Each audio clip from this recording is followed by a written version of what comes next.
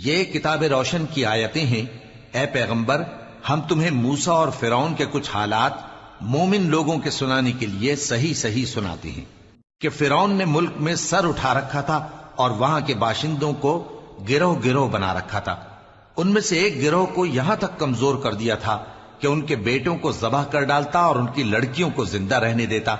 बेशक वो मुफसिदों में था।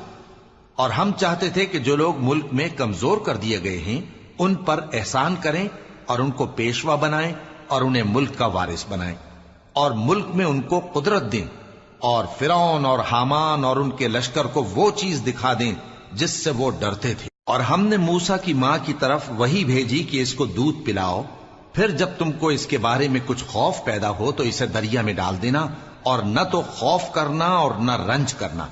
हम इसको तुम्हारे पास वापस पहुंचा देंगे और बाद में इसे पैगंबर बना देंगे।